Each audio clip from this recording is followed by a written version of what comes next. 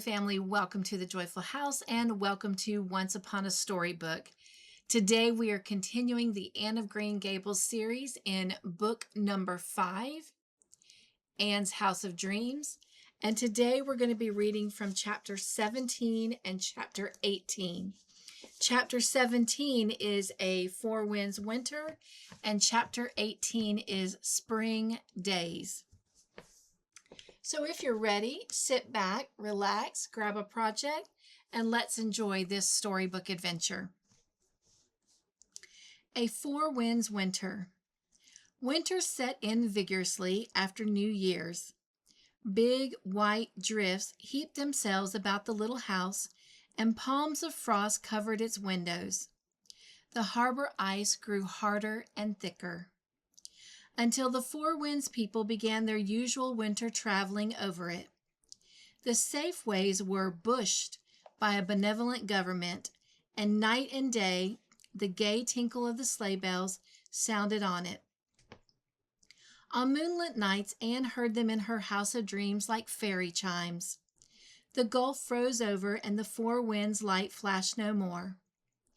During the months when navigation was closed, Captain Jen's office was a sinecure. The first mate and I will have nothing to do till spring except keep warm and amuse ourselves. The last lighthouse keeper used always to move up to the glen in winter. But I'd rather stay at the point. The first mate might get poisoned or chewed up by dogs at the glen. It's a mite lonely, to be sure, but neither the light nor the water for company. But if our friends come to see us often, we'll weather it through. Captain Jen had an ice boat, and many a wild, glorious spin Gilbert and Anne and Leslie had over the glib harbor ice with him. Anne and Leslie took long snowshoe tramps together, too, over the fields or across the harbor after storms, or through the woods beyond the glen.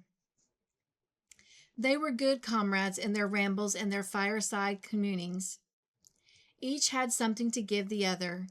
Each felt like the richer for friendly exchange of thought and friendly silence. Each looked across the white fields between their homes with the pleasant consciousness of a friend beyond.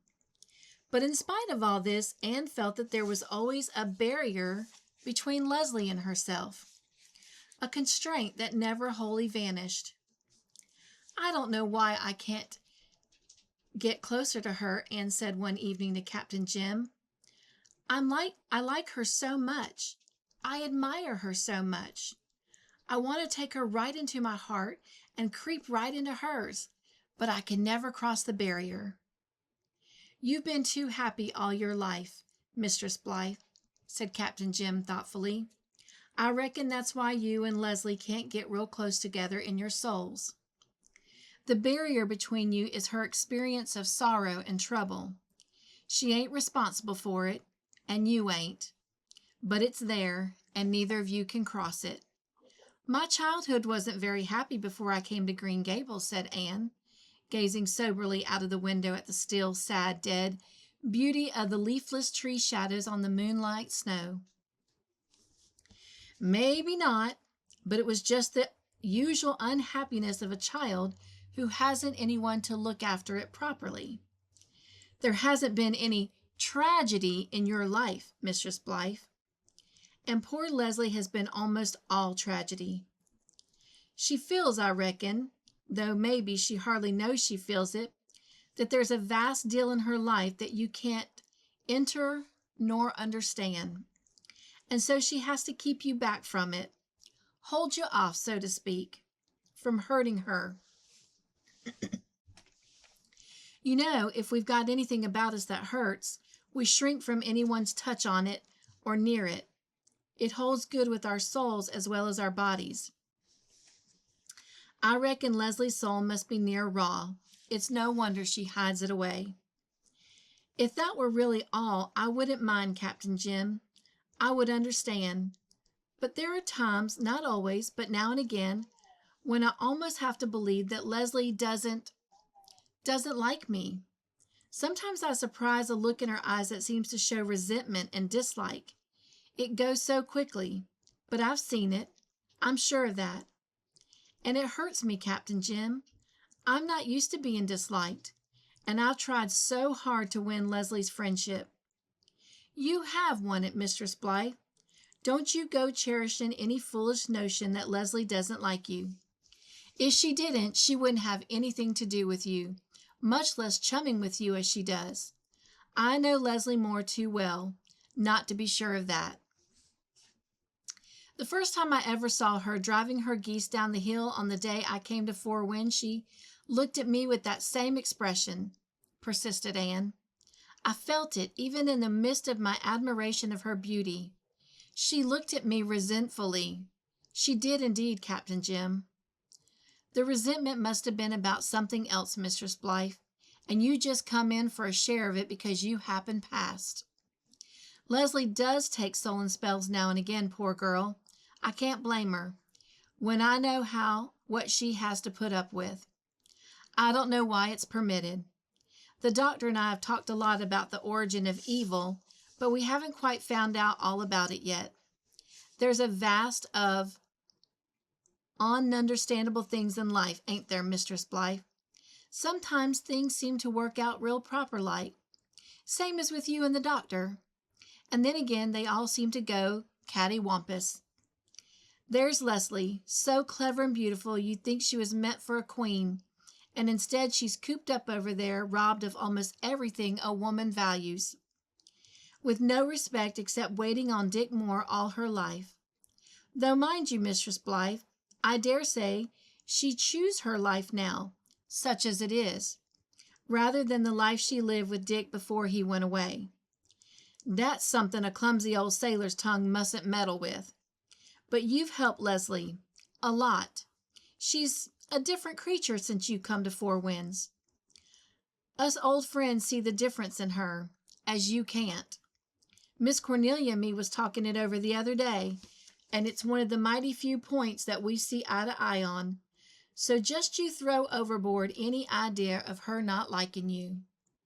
Anne could hardly discard it completely, for there was undoubtedly times when she felt, with an instinct that was not to be combated by reason, that Leslie harbored a queer, indefinable resentment towards her. At times, this secret consciousness marred the delight of their comradeship. At others, it was almost forgotten.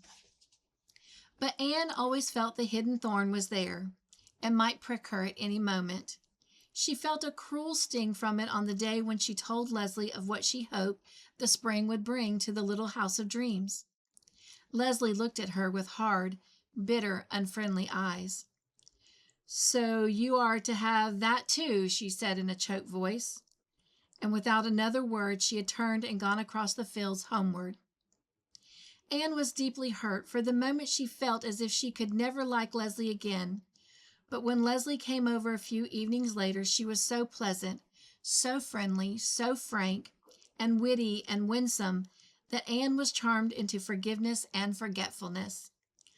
Only she never mentioned her darling hope to Leslie again, nor did Leslie ever refer to it. But one evening, when late winter was listening for the word of spring, she came over to the little house for a twilight chat. And when she went away, she left a small white box on the table. Anne found it after she was gone and opened it wonderingly. In it was a tiny white dress of exquisite workmanship, delicate embroidery, wonderful tucking, sheer loveliness. Every stitch in it was handwork, and the little frills of lace at neck and sleeves were of real Valenciennes. Lying on it was a card, "With Leslie's love." "What hours of work she must have put in it," said Anne. "And the material must have cost more than she could really afford. It is very sweet of her." But Leslie was brusque and curt when Anne thanked her, and again the letter felt thrown back upon herself. Leslie's gift was not alone in the little house.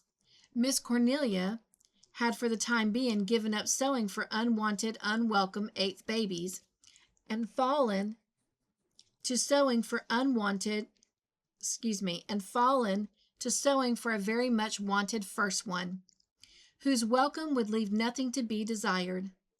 Philippa Blake and Diana Wright each sent a marvelous garment, and Miss Rachel Lynde sent several, in which good material and honest stitches took the place of embroidery and frills. Anne herself made many discreted by no touch of machinery, spending over them, Anne herself made many desecrated by no touch of machinery, spending over them the happiest hours of that happy winter. Captain Jim was the most frequent guest of the little house, and none was more welcome. Every day Anne loved the simple-souled, true-hearted old sailor more and more. He was as refreshing as a sea breeze and as interesting as some ancient chronicle. She was never tired of listening to his stories, and his quaint remarks and comments were a continual delight to her. Captain Jim was one of those rare and interesting people who never speak, but they say something. The milk of human kindness and the wisdom of the serpent were mingled in his composition in delightful proportions. Nothing ever seemed to put Captain Jim out or depress him in any way. I've kind of contracted a habit of everything.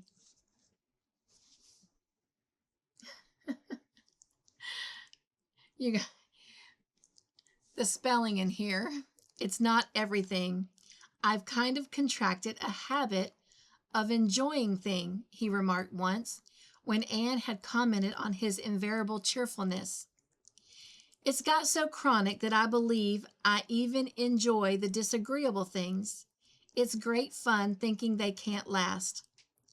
Old rheumatiz, says I, when it grips me hard. You've got to stop aching sometime. The worse you are, the sooner you'll stop, maybe.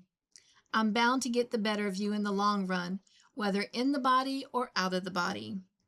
One night by the fireside at the light, Anne saw Captain Jim's life book.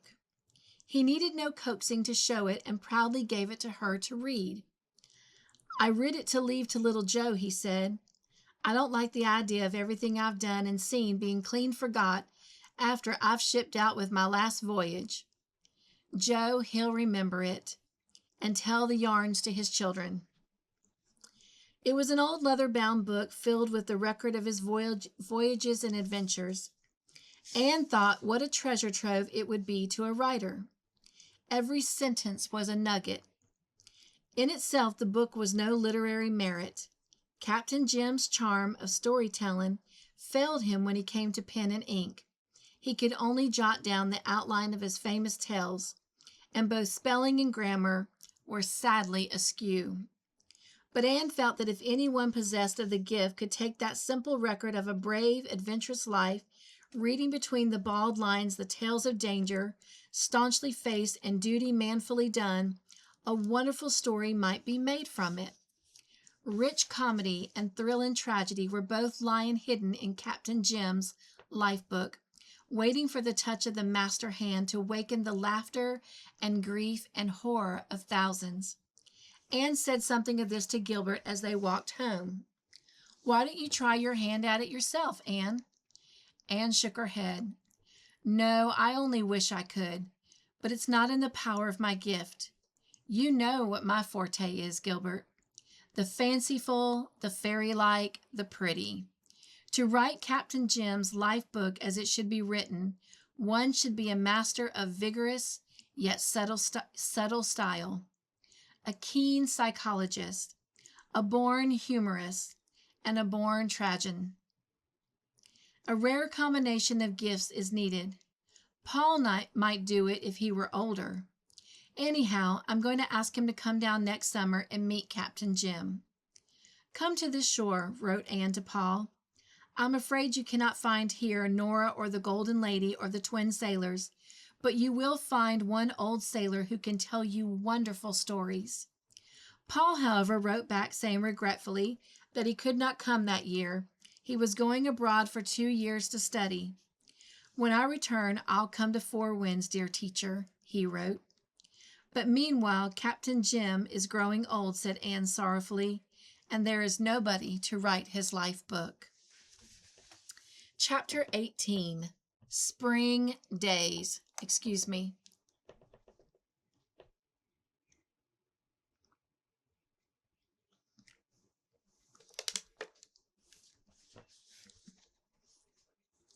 The ice in the harbor grew black and rotten in the March suns. In April, there were blue waters and a windy white-capped gulf, and again the four winds' light beamed the twilights. "I am so glad to see it once more," said Anne on the first evening of its reappearance. "I've missed it so all winter. The northwestern sky has seemed blank and lonely without it." The land was tender with brand new golden green baby leaves. There was an emerald mist on the woods beyond the glen. The seaweed valleys were full of fairy mist at dawn. Vibrant winds came and went with salt foam in their breath. The sea laughed and flashed and preened and allured like a beautiful coquettish woman. The herring schooled and the fishing village woke to life. The harbor was alive with white sails making for the channel. The ships began to sail outward and inward again. "On a spring day like this," said Anne, "I know exactly what my soul will feel like on the resurrection morning. There are times in spring when I sort of feel that I might have been a poet if I'd been caught young," remarked Captain Jim. "I catch myself conning over old lines and verses I heard the schoolmaster reciting 60 years ago. They don't trouble me at other times. Now I feel as if I had to get out on the rocks or the fields or the water and spout them." Captain Jim had come up that afternoon to bring Anne a load of shells for the garden, and a little bunch of sweetgrass, which he had found in a ramble over the sand dunes. "It's getting real scarce along this shore now," he said. "When I was a boy there was a plenty of it, but now it's only once in a while you'll find a plot, and never when you're looking for it. You just have to stumble on it. You're walking along on the sand hills, never thinking of sweet grass, and all at once the air is full of sweetness, and there's the grass under your feet. I favor the smell of that sweet grass. It always makes me think of my mother." "She was fond of it?" asked Anne.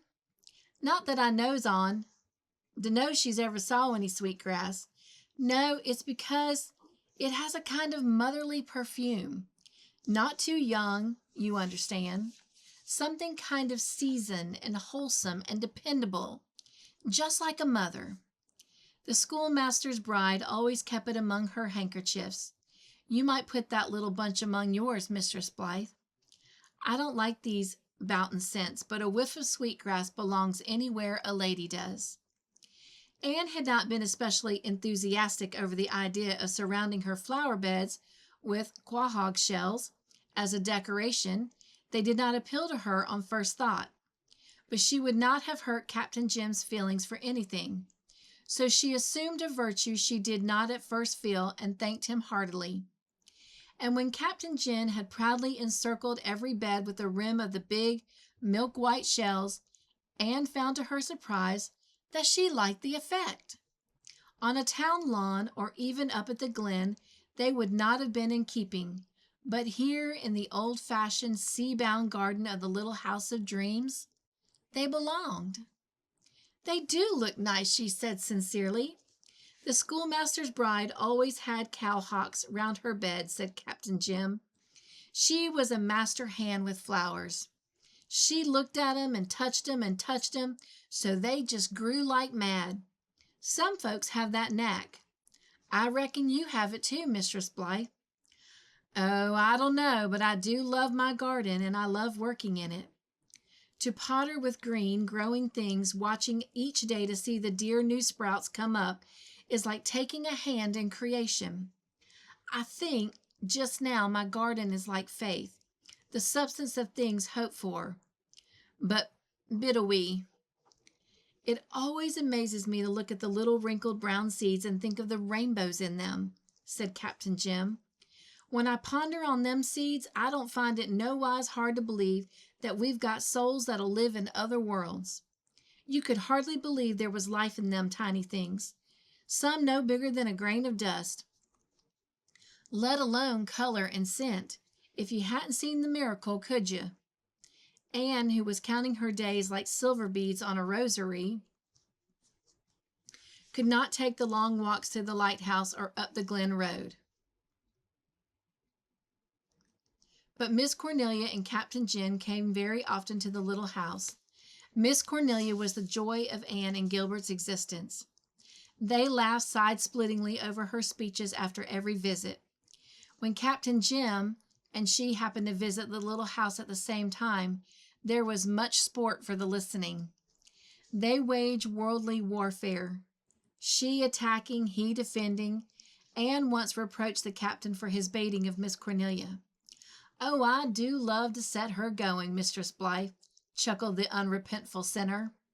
"It's the greatest amusement I have in life. That tongue of hers would blister a stone, and you and that young dog of a doctor enjoy listening to her as much as I do." Captain Jim came along another evening to bring Anne some Mayflowers. The garden was full of the moist, scented air of a maritime spring evening. There was a milk-white mist on the edge of the sea, with a young moon kissing it, and a silver gladness of stars over the glen. The bell of the church across the harbor was ringing dreamily sweet. The mellow chime drifted through the dust to mingle with the soft spring moan of the sea. Captain Jim's Mayflowers added the last completing touch to the charm of the night.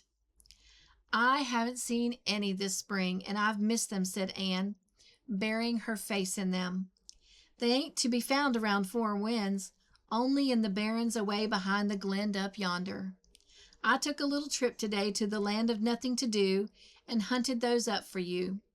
I reckon they're the last you'll see this spring, for they're nearly done." "How kind and thoughtful you are, Captain Jim. Nobody else, not even Gilbert, with a shake of her head at him, remembered that I always longed for Mayflowers in spring." "Well, I had another errand, too. I wanted to take Mr. Howard back yonder a mess of trout. He likes one occasional, and it's all I can do for a kindness he did me once.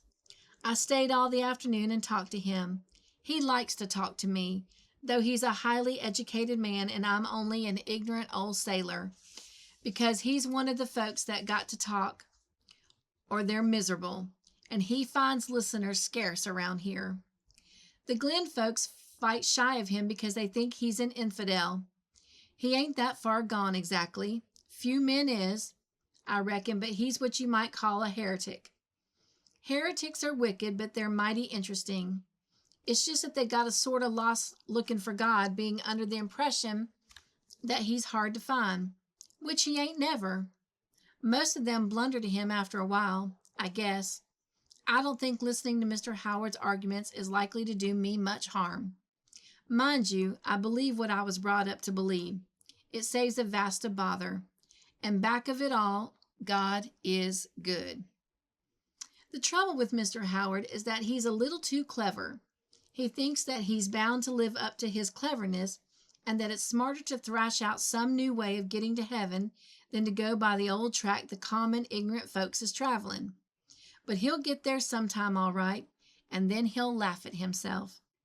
Mr. Howard was a Methodist to begin with, said Miss Cornelia, and if she thought he had not far to go from that to the hearsay. Do you know, Cornelia, said Captain Jim gravely, I've often thought that if I wasn't a Presbyterian, I'd be a Methodist. Oh, well, conceded Miss Cornelia, if you weren't a Presbyterian, it wouldn't matter much what you were. Speaking of hearsay, reminds me, Doctor, I brought back that book you lent me, that Natural Law in the Spiritual World. I didn't read more than a third of it. I can read sense and I can read nonsense, but that book is neither the one nor the other. It is considered rather heretical in some quarters, admitted Gilbert, but I told you that before you took it, Miss Cornelia. Oh, I wouldn't have minded it being heretical. I can stand wickedness, but I can't stand foolishness, said Miss Cornelia calmly, and with the air of having said the last thing there was to say about natural law. Speaking of books, A Mad Love came to an end at least 2 weeks ago, remarked Captain Jim amusingly. It run to 103 chapters. When they got married, the book stopped right off, so I reckon their troubles were all over. It's real nice that the way in books anyhow, isn't it, even if it isn't so anywhere else. I never read novels, said Miss Cornelia. Did you hear about Georgie Russell? hear how Georgie Russell was today, Captain Jim?" "Yes, I called in on him on my way home to see him. He's getting round all right, but stewing in a broth of trouble as usual, poor man. Course he brews up most of it for himself, but I reckon that don't make it any easier to bear." "He's an awful pessimist," said Miss Cornelia. "Well, no, he ain't a pessimist exactly, Cornelia. He only just never finds anything that suits him." "And isn't that a pessimist?" "No, no. A pessimist is one who never expects to find anything to suit him. Gordy hadn't got that far yet. You'd find something good to say of the devil himself, Jim Boyd. Well, you've heard the story of the old lady who said he was persevering, but no, Cornelia, I've nothing good to say of the devil." "Do you believe in him at all?" asked Miss Cornelia seriously. "How can you ask that when you know what a good Presbyterian I am, Cornelia? How could a Presbyterian get along without a devil?" "Do you?" persisted Miss Cornelia. Captain Jim suddenly became grave. "I believe in what I heard a minister once call a mighty and malignant and intelligent power of evil working in the universe," he said solemnly. "I do that, Cornelia. You can call it the devil or the principle of evil or the old scratch or any name you'd like. It's there, and all the infidels and heretics in the world cannot argue it away. And more than they can argue God away. It's there, and it's working. But mind you, Cornelia, I believe it's going to get the worst of it in the long run." "I'm sure I hope so." "I am sure I hope so," said Miss Cornelia, none too hopefully. "But speaking of the devil, I am positive that Billy Booth is possessed by him now. Have you heard of Billy's latest performance?" "No, what was that?" "He's gone and burned up his wife's new brown broadcloth suit that she paid $25 for in Charlottetown, because he declares the men looked too admiringly at her when she wore it to church the first time. Wasn't that like a man?" "Mistress Booth is mighty pretty, and brown's her color," said Captain Jim reflectively. "Is that any good reason why he should poke her new suit into the kitchen stove? Billy Booth is a jealous fool, and he makes his wife's life miserable. She cried all the week about her suit. Oh, Anne, I wish I could write like you. Believe me, wouldn't I score some of the men around here?" "Those Booths are all a mite queer," said Captain Jim. "Billy seemed the sanest of the lot till he got married, and then this queer jealous streak cropped out in him. His brother Daniel, now, he was always odd. Took tantrums every few days or so and wouldn't get out of bed," said Miss Cornelia with a relish. "His wife would have to do all the barn work till he got over his spell. When he died, people wrote her letters of condolence. If I'd written anything, it would have been one of congratulation. Their father, old Abram Booth, was a disgusting old sot. He was drunk at his wife's funeral and kept reeling around and hiccuping. 'I didn't drink much, but I feel awfully queer.' I gave him a good jab in the back with my umbrella when he came near me, and it sobered him up until they got the casket out of the house. Young Johnny Booth was to have been married yesterday, but he couldn't be because he's gone and got the mumps. Now, wasn't that like a man? How could he get the mumps, poor fella? How could he help getting the mumps, poor fella? I'd poor fella him, believe me, if I was Kate Stearns. I don't know how he could help getting the mumps, but I do know that wedding supper was all prepared and everything will be spoiled before he's well again. Such a waste. He should have had the mumps when he was a boy." Come, Cornelia. Don't you think you're a mite unreasonable?" Miss Cornelia disdained to reply and turned instead to Susan Baker, a grim-faced, kind-hearted elderly spinster of the Glen, who had been installed as maid-of-all-work at the little house for some weeks. Susan had been up to the Glen to make a sick call and had just returned. "How is poor old Aunt Mandy tonight?" asked Miss Cornelia. Susan sighed. "Very poorly. Very poorly, Cornelia. I'm afraid she'll soon be in heaven, poor thing. Oh, surely it's not so bad as that, exclaimed Miss Cornelia sympathetically. Captain Jim and Gilbert looked at each other. Then they suddenly rose and went out. There are times, said Captain Jim, between spasms, when it would be a sin not to laugh. Them two excellent women. All right, well, that concludes our storybook adventure for today. I hope you enjoyed that, and I look forward to seeing you the next time as we continue reading from Anne's House of Dreams. Well, take care and be joyful and be the joy in everything you do. Nugs and joy. See you next week.